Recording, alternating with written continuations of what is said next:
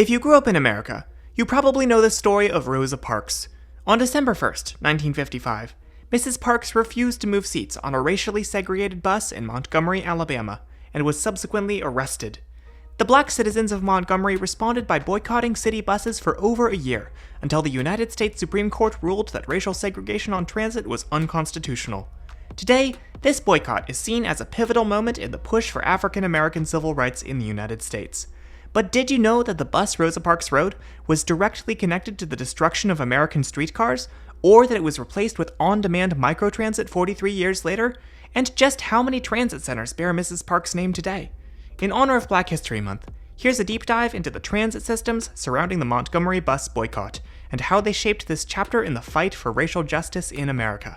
I hope it leaves you not just with interesting transit trivia, but a better understanding of this pivotal period in history as well. Montgomery is the capital of Alabama. It's located in the south center area of the state, and has a modern population of about 200,000, 59% of which were African American as of the 2020 census. While it didn't have the first electric streetcar in the US, that honor goes to East Cleveland, which launched service in 1884, Montgomery was an early adopter of the technology, and opened its own electric streetcar system in 1886.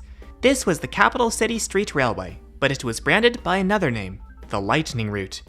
The initial streetcar technology was developed by a Belgian-American inventor who also invented the trolley pole. For 50 years, bright yellow streetcars clanged their way across Montgomery as the city grew and expanded.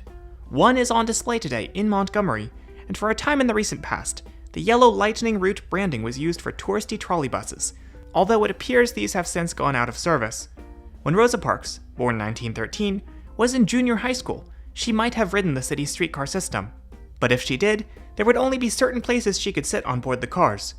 A lot of Americans today have the notion that Black history basically goes slavery, full-on segregation, civil rights era, everything's fine. But that's missing or glossing over all sorts of history, not the least of which is the period of relative integration of the South right after the Civil War. Heck, the South sent a whole bunch of black congressmen to Washington during this period, something the North wouldn't do until 1929. New Orleans' streetcar system, which had been segregated from its inception in 1835, was integrated 2 years after the Civil War, allowing black and white riders to make use of the city's steam-powered trams together. But as post-war federal power withdrew from the South with the end of Reconstruction, and local white interests regained control, legalized racial segregation became more and more prevalent throughout the South. Racist white Southerners didn't want black people mingling in white society, because, God forbid, people of two races work together, be friends, or get married. That would be scandalous. The early 1900s saw a wave of mandates passed for racial segregation on streetcars, including in New Orleans, Richmond, and Montgomery. Black residents of Montgomery boycotted the Lightning Route from 1900 to 1902 over the segregation mandate, but it was to no avail. This was a time when white hostility to African Americans in the South and white indifference to their plight in the North were nearing their peak. In 1906, the Alabama Capitol passed the Montgomery Streetcar Act, further mandating segregation of the city's public transportation. Here's the seat layout of Rosa Parks' bus on the night of her arrest, used as an exhibit in her trial. These front seats by the driver were for white passengers only, while these seats in the back were designated for black passengers, or colored as they were usually referred to. The remaining seats weren't permanently assigned either way, but the driver could designate certain rows one way or the other with a movable sign, giving priority, of course, to white passengers. But wait, you might be asking, how did Montgomery get from streetcars to buses? Well, let's rewind a bit. National City Lines had modest beginnings as a bus company in Minnesota, with a fleet of 2 buses transporting minors and schoolchildren. But it grew quickly, and in 1936, it was reorganized into a holding company for transit systems around the United States. Remember, this was back when most transit was run by private companies, not government entities. By 1938, National City Lines was expanding thanks to equity funding from General Motors, Firestone Tire, Standard Oil of California, and Phillips Petroleum, among others. One of their strategies was to buy up transit systems where streetcars were no longer practicable and replace them with buses. One of their largest takeovers was the Los Angeles Street Railway, or Yellow Cars. If this is sounding familiar, that's because National City Lines was at the core of the so-called General Motors conspiracy saga, in which the company and its benefactors were accused of creating a monopoly for the sale of bus equipment and for the operation of transit. The U.S. Federal District Court convicted them of the first charge and acquitted them of the second in 1949. National City Lines took over the Montgomery transit system in 1936, 50 years after electric streetcars began operation in the city, and by year's end, every route had been turned into a Montgomery City Lines bus.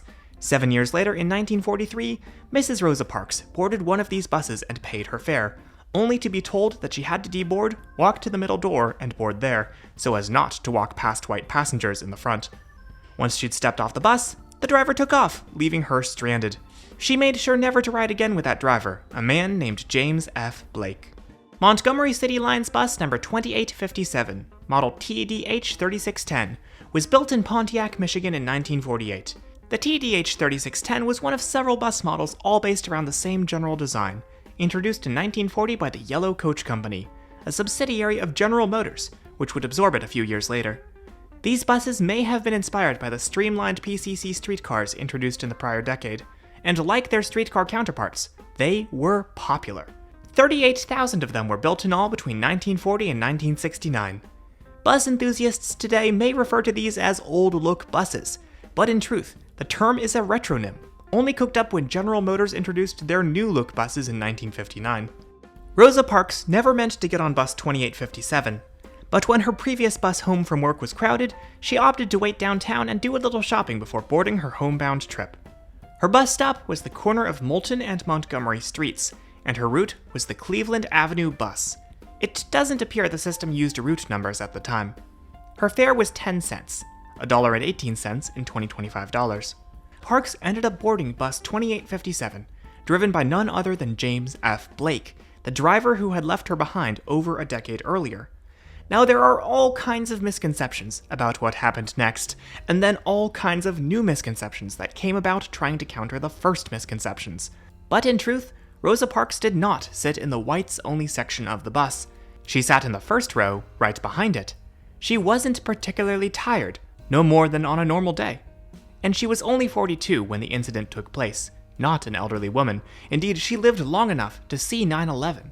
She was also a longtime member of the local NAACP chapter, in which she had worked as an activist and secretary.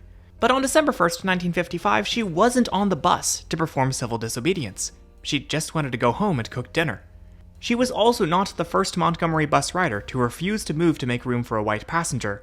Several others had done this already, including 15-year-old Claudette Colvin earlier in 1955. But since Parks was a well-known member of her community with a good reputation, it was decided that her case would inspire the boycotts. More on that in a bit. 3 stops into the journey, multiple white passengers boarded the bus, and James Blake moved the sign dividing the white and colored sections of the bus back by 1 row, designating Rosa Parks' row as being for the white passengers. After multiple demands from the driver, the 3 other black riders in Parks' row got up and moved to the back of the bus, while Parks refused to move, moving to the window seat instead. She said later that she'd had enough of this kind of treatment, and decided at that moment to take a stand by staying seated. After further demands and threats, Blake told Parks that she would be arrested for her refusal to comply. She replied, "You may do that." Parks was taken to jail and bailed out with the help of local NAACP President Edgar Nixon later that evening. She went on trial the following Monday, where she was convicted of disorderly conduct and violating local ordinance. She chose to appeal her case. Edgar Nixon believed that Parks' case would be perfect for challenging the legalized transit segregation most black residents of Montgomery had faced their entire lives. And on Sunday, December 4th, plans for a citywide bus boycott of Montgomery City Lines were announced from the pulpits of black churches. The next day, the boycott began. Black bus passengers began carpooling or walking, sometimes as far as 20 miles, instead of taking transit. Others created their own alternate transit systems, with cabs charging the same fares as Montgomery City Lines. They were determined to keep this going until they received fair treatment on board transit vehicles. Shortly after the boycott began, the Montgomery Improvement Association was formed to oversee and coordinate operations of the bus boycott, among other things. Its president was a relatively unknown minister named Martin Luther King Jr. On December 3rd, 2 days after Parks' arrest, Montgomery Transportation Superintendent J.H. Bagley wrote in the Montgomery Advertiser that the Montgomery City Lines is sorry if anyone expects us to be exempt from any state or city law. We are sorry that the colored people blame us for any state or city ordinance which we didn't have passed. MLK and other boycott leaders reached out to National City Lines on December 8th, and the company's vice president traveled to Montgomery the following week. But in the end, the bus boycott lasted over a year, thanks to careful organizing and firm commitment, and ended only when the Supreme Court declared segregation of public transportation illegal in Browder v. Gale, and ordered Montgomery to desegregate its buses.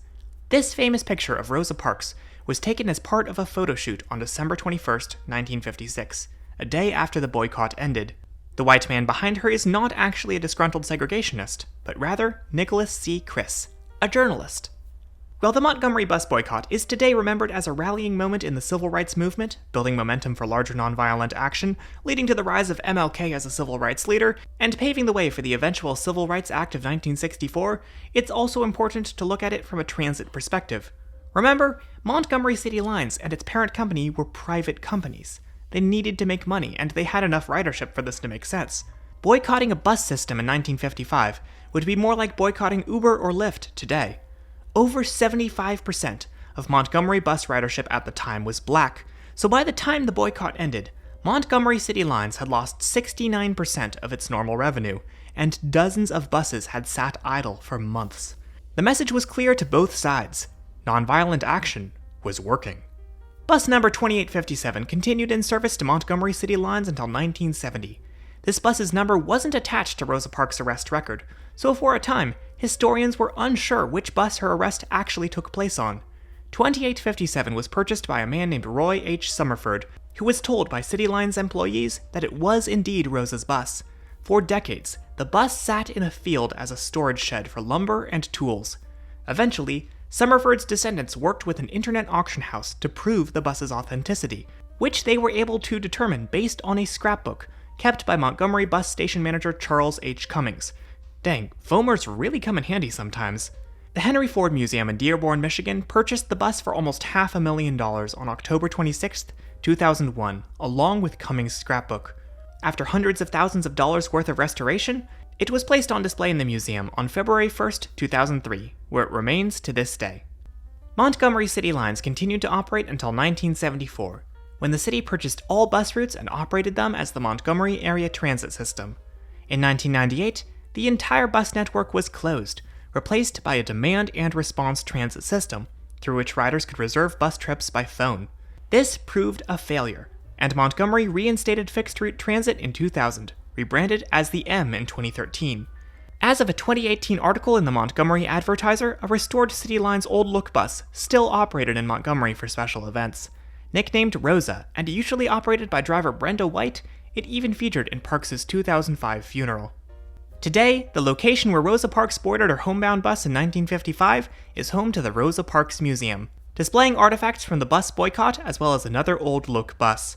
It's also still a bus stop, served by the 1 bus, the M microtransit, and the 11 bus, which retraces the route Rosa Parks would have taken home on December 1, 1955, except the Cleveland Avenue corridor it runs down has now been renamed after Rosa L. Parks. Transit facilities across the U.S. have been named after Parks as well, including bus terminals in Long Island, Parks' later life home of Detroit, and Jacksonville, Florida, the latter two of which have connections to their respective automated people mover systems. LA Metro and Portland's TriMet each have stations named after Parks, as does Paris's RER regional rail network. Yes, there's a station in France, named after an American civil rights hero. That's how big her impact was. It's also pretty common for American transit agencies to pay tribute to her in some way, especially during Black History Month. Some have placed posters or stickers designating seats in the fronts of their buses in Parks' memory. A Max Transit bus in Birmingham, Alabama's largest city, recently went viral for posting a tribute to Rosa Parks on the back of a bus. But this meme was misleading. Tributes to Parks were actually plastered all over the bus, front, back, and center. Parks' birthday of February 4th has been celebrated as Transit Equity Day since 2017. This holiday was popularized by Biden's Secretary of Transportation Pete Buttigieg, and began to get wider traction in 2023, with transit agencies across America offering free rides on this day. I'd also prepared this video for a February 4th upload, but it ended up taking longer than expected to do all my research. What? I actually do that sometimes.